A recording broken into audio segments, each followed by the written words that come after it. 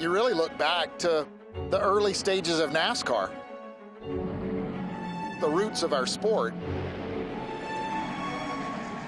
The group here at Bristol are always challenging us. Do something bigger and better and more for the race fans. We've been talking about the dirt for probably 4 or 5 years, just off and on. Once it came to fruition last year, it was almost like, uh-oh, here we go. Now it's real. Now we really got to figure out how to make this happen.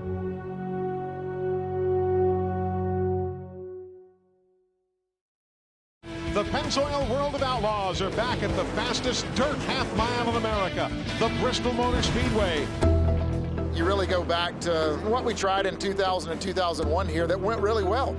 We knew we could do it, but it had never been tried to this level with NASCAR. We watched a lot of video from those races to learn, to see what happened, and we've taken that information and, you know, put it into practice.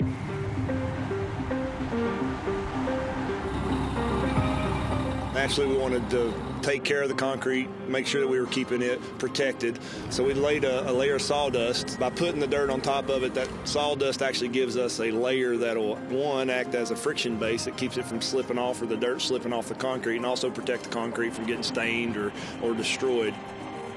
So after the sawdust is placed, we started bringing dirt in. We used dirt from the 2000-2001 track we had stored since 2000-2001. We utilized that dirt to start that base layer. And from that point, we started searching for dirt. We searched 20 different sites. I'm not a dirt expert, but I've learned a lot more about it than I never wanted to.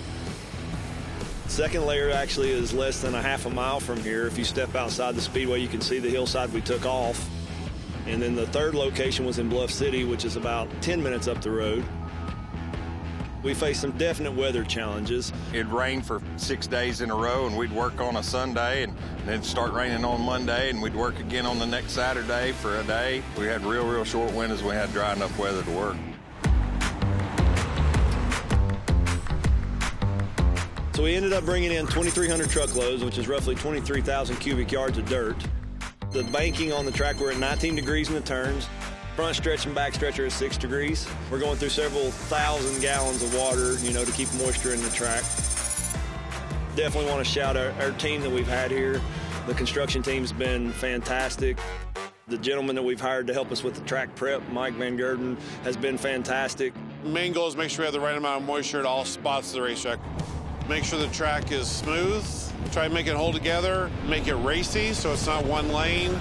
It's really going to be dependent on that day race on Sunday, what the sun's doing, what the moisture's doing, and how we're prepping the track and what we need to do when we clip or roll or till, and what that process looks like to be able to maintain moisture as long as possible in the track.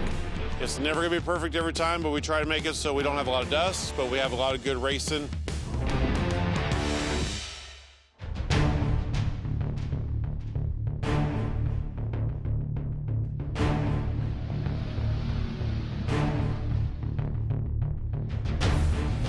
The drivers have gave us great feedback. All the drivers from the Cup guys that'll be in and all the local guys and the people that have came to run this Dirt Nationals has been nothing but positive. We've not heard any negatives about the track at all.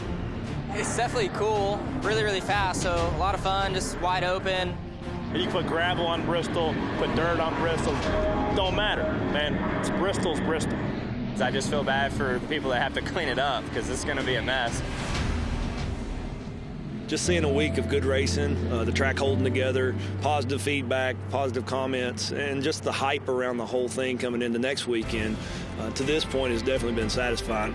I think the fans will be really into it. I know a lot of the competitors are excited about it. So yeah, hopefully the energy will be big here. We all work for the race fans, and if the race fans love it, and I think they're going to, then it's going to be a success.